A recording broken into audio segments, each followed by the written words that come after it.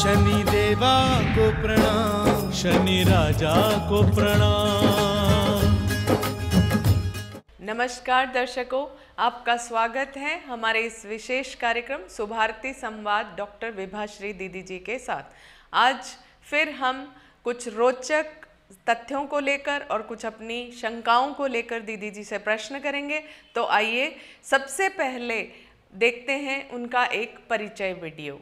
शनि साधिका दीदी जी द्वारा 2001 में N2 सिडको के इस विशाल शनि मंदिर की स्थापना हुई है, जहां भारत के सभी क्षेत्रों से पहुंचने वाले असंख्य व्यक्ति ज्योतिष मार्गदर्शन का और शनि शांति उपाय अनुष्ठान का लाभ उठा रहे हैं।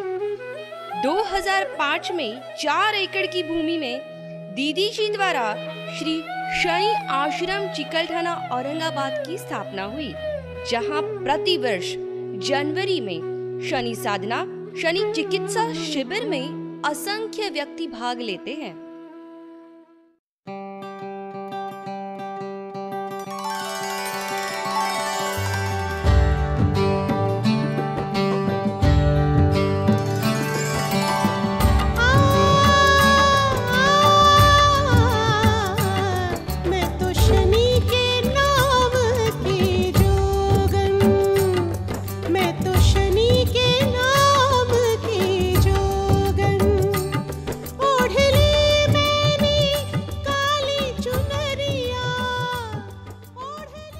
आपकी श्री शनि देव जी की कठोर साधना से 26 किताबें, 26 सीडीज उपलब्ध है। आपके द्वारा भारत के 8 बड़े मंदिरों में शनिदेव जी की प्रतिष्ठा स्वयं पुरोहित बनकर की है। बम्बई की फिल्मी दुनिया में, बॉलीवुड में आप उनकी निजी मार्गदर्शक शनि एक्सपर्ट दीदी जी के नाम से प्रसिद्ध है। जन्म पत्रिका निर्माण में आपकी बराबरी कोई नहीं कर सकता। भारत के सैकड़ों कार्यक्रमों की सफलता के अलावा विदेशों में Nepal, Dubai, Malaysia, Singapore, Bangkok, USA आदि में अनेक आयोजन करने वाली आप भारत की पहली आध्यात्मिक महिला है।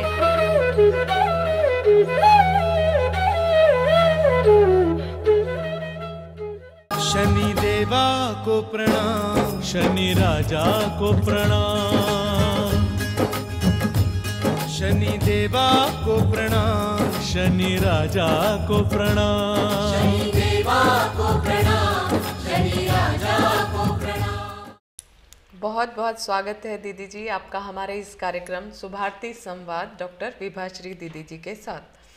आज फिर से हम एक रोचक परिचर्चा आरंभ करते हैं। आज हम सब जानना चाहते हैं कि हिंदू धर्म में संप्रदाय कितने हैं। देखिए, हिंदू धर्म में तो संप्रदाय 100 से भी ज़्यादा हैं, पर यदि हम पुराने संप्रदायों की बात कहें तो भी लगभग नहीं तो 10-12 संप्रदाय ऐसे हैं जिन्हें हम बहुत प्राचीन कह सकते हैं। और जो प्रमुख संप्रदायों के प्रारंभ की बात कहें तो प्रारंभिक संप्रदायों में सबसे ज़्यादा वैष्णव संप्रदाय और शैव संप्रदाय जो बहुत प्राचीन बताया गया है। और वैसे तो अलग अलग धर्मों की, अलग अलग संप्रदायों की, और धर्म में संप्रदाय बढ़ते चले गए और लोगों ने अपने अपने ग्रुप बनाने प्रारंभ किए। अब लोगों का मत यहाँ एक नहीं है। जो शैव संप्रदाय वाले हैं वे कहते हैं कि ये हमारा सनातन है और इसके बारे में महाभारत काल में भी बहुत कुछ मिलता है। तो जो विष्णु संप्रदाय वाले हैं वो भी यही कहते हैं कि ये तो हमारा बहुत सनातन है। तो एक ही मत नहीं है संप्रदायों के बारे में, पर इतना ज़रूर है कि अनेक संप्रदायों से ये हमारी हिंदू धर्म संस्कृति सजी हुई है। और सभी संप्रदायों का उद्देश्य एक ही रहा है कि भक्ति मार्ग के प्रचार प्रसार में योगदान देना और व्यक्ति को भक्ति मार्ग से जोड़कर मूर्ति पूजा और वैष्णव धर्म सिखाना, यानी अधिक से अधिक लोगों को मंदिरों से भक्ति से कर्मकांड से, दान पुण्य धर्म से जोड़कर संस्कार देना। मुझे ऐसा लगता है कि यही उद्देश्य सारे संप्रदायों का रहा होगा। तो क्या दीदी जी इन संप्रदायों का उल्लेख हमारे वेदों में मिलता है हमें? इसमें भी बहुत मतभेद हैं। अब शैव संप्रदाय वाले ये कहते हैं कि ऋग्वेद के अंतर्गत रुद्र पूजा आती है और वो रुद्र पूजा जो है वो हमारे शैव संप्रदाय का हिस्सा है। हमारा जो संप्रदाय है वो ऋग्वेद से संबंधित है और हम इसीलिए शैव संप्रदाय को मानते हैं। पर यदि हम सही मायने में सत्य की खोज करते हैं तो हमारे जो महर्षि लोग हुए हैं उन्होंने ये ज्ञान हमें दिया है कि वेदों के अंदर तो कोई संप्रदाय थे ही नहीं, कोई देवी देवता की पूजा थी ही नहीं, न विष्णु जी की पूजा थी, न शिव जी की पूजा थी, किसी की भी वेदों के अंदर में पूजा नहीं थी। दूसरा, साकार भी नहीं थी, निराकार भी नहीं थी। हाँ, परमात्मा को एक निराकार मानकर परमात्मा के वो नाम रचे गए, वो नाम थे, जो गुण थे वो सारे गुण उनके नाम बन गए और जितने भी गुण थे वो सब गुणों से हम परमात्मा की व्याख्या करने लगे और उसके माध्यम से उनके नामों से हम अलग अलग देवी देवता बनाकर पूजा करने लगे। तो वो हमने हमारे ग्रुप का नाम संप्रदाय रख लिया। सच कहें तो वेदों में किसी प्रकार के कोई भी संप्रदाय की मान्यता नहीं है। कहने के लिए है कि रुद्र की पूजा, फिर शिव संप्रदाय, पर बात यह है कि शिव भगवान परमात्मा का एक नाम है। वो महादेव जो हम कहते हैं वो भी परमात्मा का एक नाम है। वेद की बात करें तो वेदों के अंतर्गत भगवान के 100 नाम मुख्य ऐसे हैं जिनके नाम से हम देवी देवता भगवान के नामों का स्मरण करते हैं।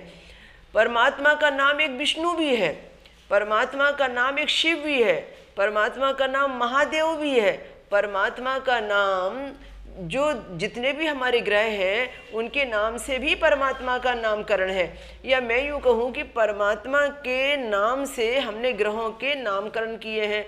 परमात्मा का नाम ही इंद्र है और परमात्मा का नाम ही राम भी है, कृष्ण भी है। ये सब परमात्मा के ही नाम हैं। अब जो परमात्मा के नाम थे, गणेश भी परमात्मा का नाम बताया जाता है। तो देवी शक्ति से भी परमात्मा को जोड़ा गया है। ये कहा गया है कि परमात्मा का नाम देवी भी है, शक्ति भी है और फिर हमने देवी को अलग अवतार में माना है। असल में बात यह है कि वेदों में कहीं किसी प्रकार की साकार मूर्ति या परमात्मा के अलग अलग अलग अलग मूर्ति विचारों और कर्मकांड का उल्लेख नहीं है। सिर्फ परमात्मा को कितने नामों से हम पुकारते हैं और उनकी खूबियां हैं।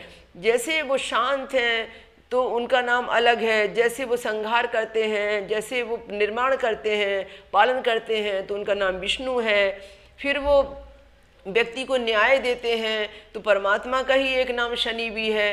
तो वो शीतल हैं, बहुत ज़्यादा उनके अंदर में गंभीरता है तो उन्हीं का नाम चंद्रमा है। तो परमात्मा के अंदर में पूरे देवों के गुण हैं तो उनको उन्हीं का नाम महादेव है। वो शक्ति स्वरूप है, उन्हीं का नाम शक्ति है। तो हमने जो अध्ययन किया है उसके अंतर्गत ये पाया है कि जितने भी हमारे संप्रदाय हुए हैं, जिस किसी भी देवी देवता को प्रमुख मानकर, वो सब नाम जो है वो परमात्मा के हैं और सारे परमात्मा के नाम से हमने एक एक ग्रुप बनाया हुआ है। और फिर हमने ये कहा है कि ये तो वैदिक काल से हैं, ये तो बहुत पौराणिक हैं। तो नाम तो पौराणिक है। आज हम हमारे बच्चे का, आज हम अपने परिवार में किसी व्यक्ति का, भगवान का नाम रखते हैं तो नाम तो नो डाउट पौराणिक है ही, पर हमने रखा तो अपने वर्तमान में, प्रेजेंट में किसी और व्यक्ति का है। तो यही बात है कि असल में जो सारे संप्रदाय हैं वो किसी न किसी पौराणिक नाम पर रखे गए हैं और वो सारे संप्रदाय जो हैं वो सही मायने में देखा जाए तो ये द्वापर युग के बाद के बने संप्रदाय हैं। बहुत सुंदर दीदी। अब एक थोड़ा सा लंबा प्रश्न है मेरा कि ये वैष्णव संप्रदाय क्या है, इसके रूल्स क्या हैं, और कुछ लोग तुलसी और शालिग्राम विवाह भी करते हैं वैष्णव संप्रदाय में, तो ये कहाँ तक उचित है, इसके सारे नियम जरा आप हमें विस्तार से बताइए। देखिए, वैष्णव संप्रदाय के बारे में जहाँ तक मैंने पढ़ा है, सुना है, तो मेरा अध्ययन ये कहता है कि ये कहा गया है कि भगवान नारायण ने सबसे पहले ब्रह्मा को ज्ञान दिया, तो ब्रह्मा के नाम से संप्रदाय बना। फिर भगवान नारायण ने जो है वो ज्ञान दिया विष्णु को, यानी लक्ष्मी को, तो फिर लक्ष्मी जी के नाम से वो संप्रदाय बन गया। शिव को भगवान नारायण ने जो ज्ञान दिया तो वो शिव के नाम से संप्रदाय बन गया। फिर भगवान नारायण ने सनकादि ऋषियों को ज्ञान दिया तो सनकादि नाम से संप्रदाय बन गया। तो ये कहा गया है कि भगवान नारायण जो है वो वैष्णव धर्म के संप्रदाय के मेन मूल स्रोत हैं। फिर जो भगवान नारायण हैं उन्होंने जब ये 4 संप्रदायों को जन्म दिया, ब्रह्मा से ब्रह्मा संप्रदाय बना, फिर लक्ष्मी से लक्ष्मी संप्रदाय बना, शिव से शिव संप्रदाय बना, और ये कहा जाता है कि जो सनकादि ऋषि थे उनसे सनकादि संप्रदाय बन गया।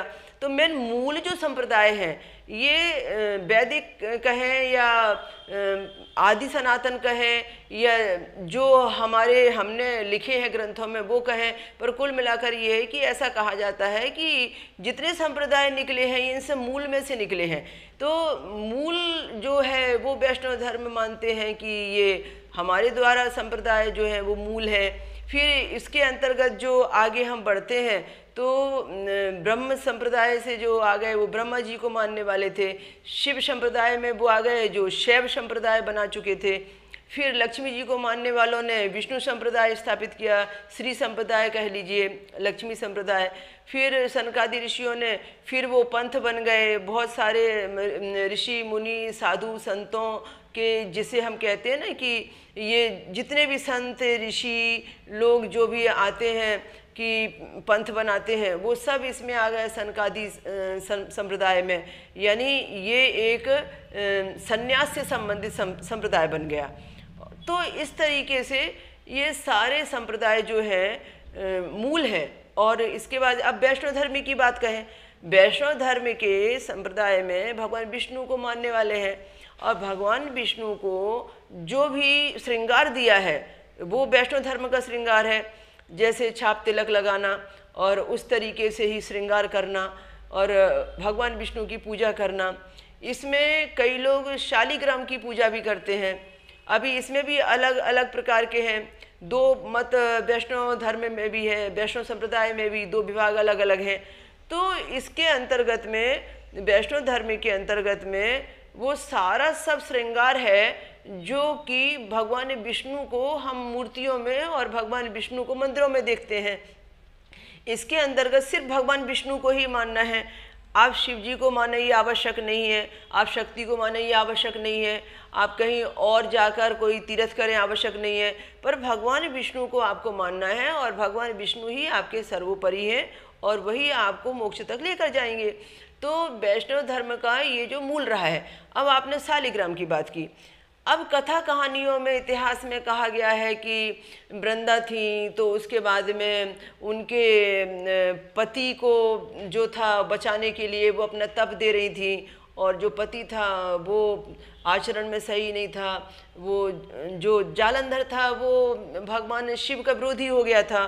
तो अब उसको मारने के लिए कोई रास्ता नहीं था, तो भगवान विष्णु ने फिर जो है वो उसके पति का रूप रख लिया और वृंदा के पास आए। तो वृंदा ने सोचा कि ये तो मेरे पति हैं, तो फिर उन्होंने उसके साथ में विवाह संबंध बनाया और उसका सतीत्व खराब कर दिया।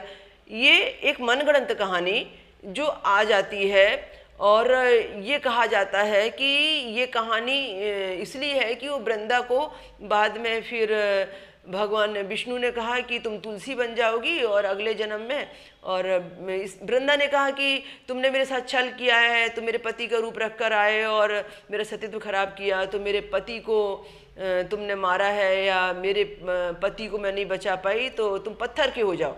तो इनको शालिग्राम बना दिया। अब ये कथा कहानियों में कोई सार नहीं है, ये सारी जो है मनगढ़ंत गाथाएं हैं। हम जैसे देखते हैं कि हमारे भगवान को बदनाम करने की एक बड़ी साजिश है कि परमात्मा है और परमात्मा को तुम ऐसे कथा कहानियों में खींच के ला रहे हो कि वो किसी स्त्री के साथ में संबंध बना के उसका सतीत्व नष्ट करेंगे, और फिर वो स्त्री जो परमात्मा से बड़ी हो गई वो उनको पत्थर का हो जाने का अभिशाप भी देगी, और फिर उसके बाद में दूसरे जन्म में वही स्त्री जो है वो पेड़ पौधा वनस्पति बन जाएगी और फिर वो वनस्पति जिसको उन्होंने अभिशाप दिया है उसके सर पर चढ़ाई जाएगी। ये सब कपोल कल्पित कहानियाँ हैं, इसमें कोई सार नहीं है। बस मूल उद्देश्य यह है कि तुलसी का पौधा जो है वो औषधि रूप में बहुत पवित्र और बहुत उपयोगी था। नष्ट ना हो जाए इस पौधे को बचाने के लिए बहुत प्रयास किया गया।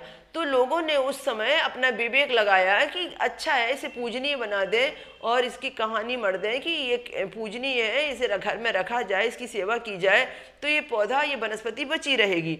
अब उसको लेके महिमा मंडित 2 4 10 कहानियाँ ऐसी हो गई। फिर तुलसी का शालिग्राम से विवाह है, फिर तुलसी पूजा, फिर 7 दिन तक की तुलसी पूजा। ये धन की, समय की, एनर्जी की फिजूल बर्बादी है, ये अज्ञानता है। तो कहने का मतलब यह है कि बहुत सारी अज्ञानता रीति रिवाजों से जुड़ी है, उसका संबंध संप्रदाय से नहीं था। पर चूंकि वो वैष्णव संप्रदाय और विष्णु को मानने वाले और शालिग्राम की पूजा करने वाले थे तो उन्होंने इस कहानी को सहारा दे दिया और फिर कहानियों से रीति रिवाज, परंपरा और अंधविश्वास बनते चले गए। तो इस तरीके से हम भ्रमित होते चले गए। कोई व्यक्ति ऐसा नहीं मिला कि जो इसमें अलग अलग तरीके से संशोधन करे, उनकी क्लीनिंग करे।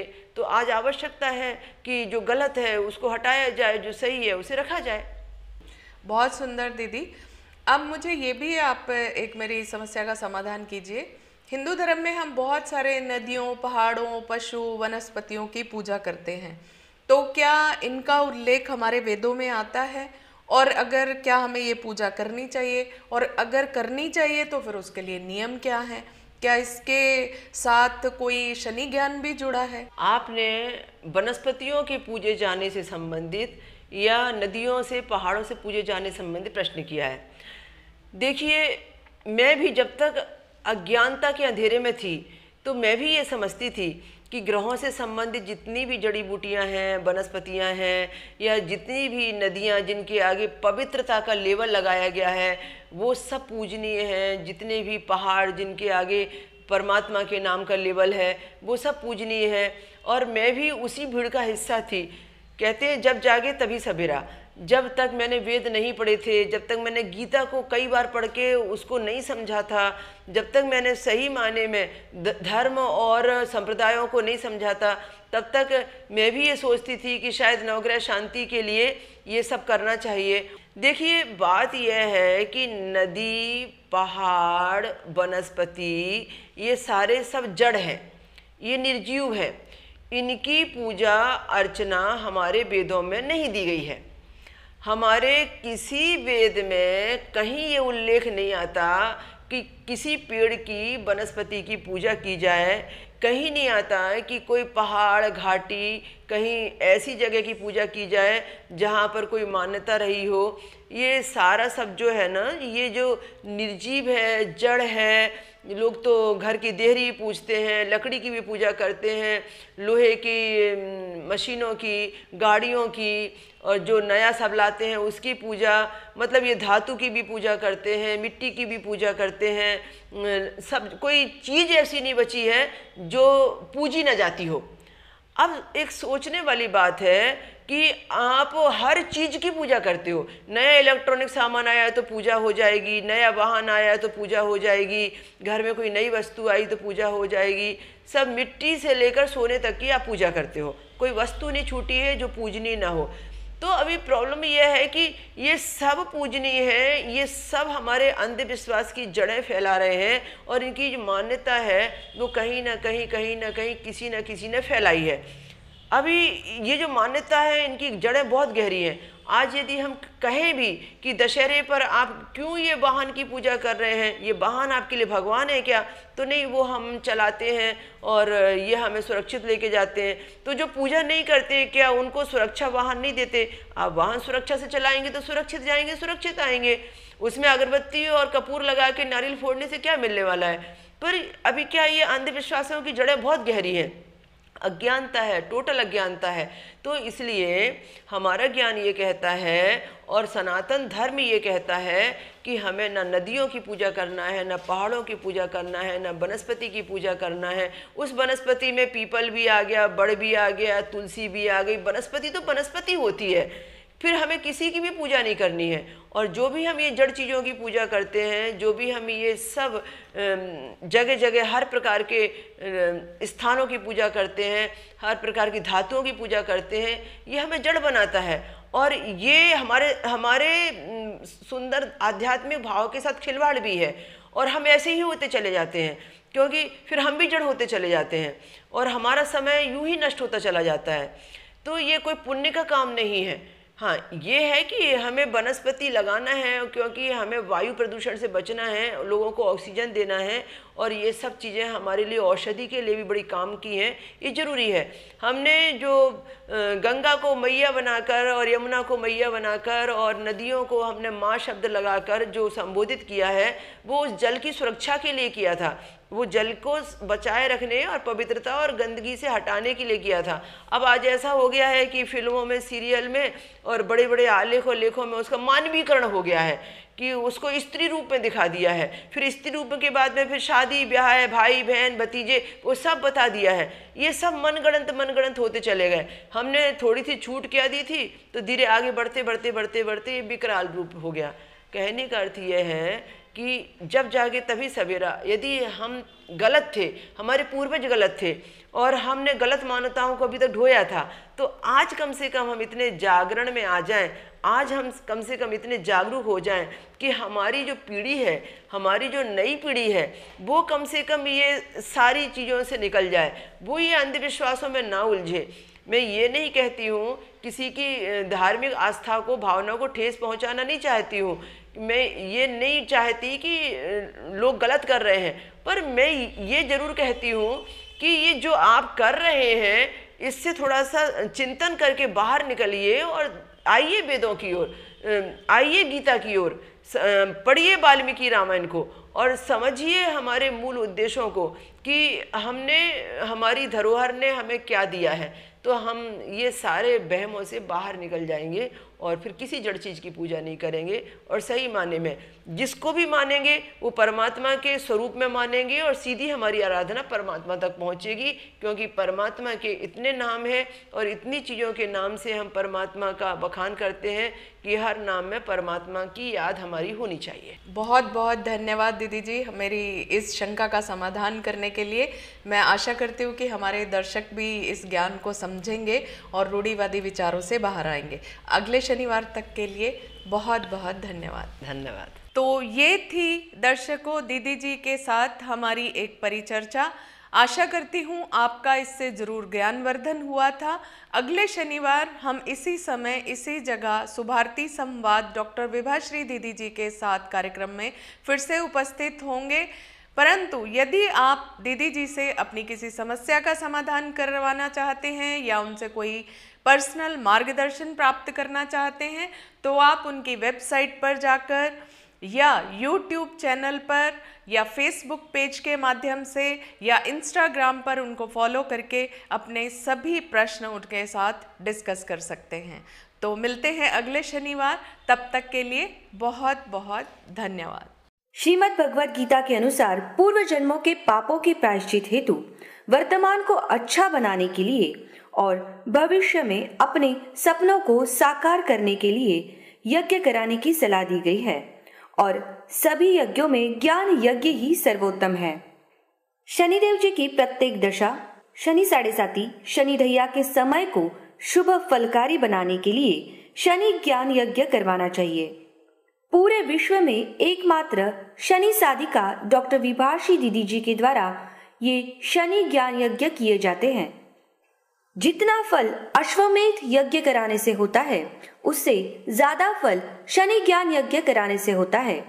अगर आप भी शनि साधिका परम पूज्य डॉक्टर विभाश्री दीदी जी द्वारा 7 दिवसीय शनि भागवत यज्ञ या 3 दिवसीय शनि ज्ञान यज्ञ कराना चाहते हैं, तो आज ही संपर्क करें 024024715558 और 65728888। Mobile number 09422704358।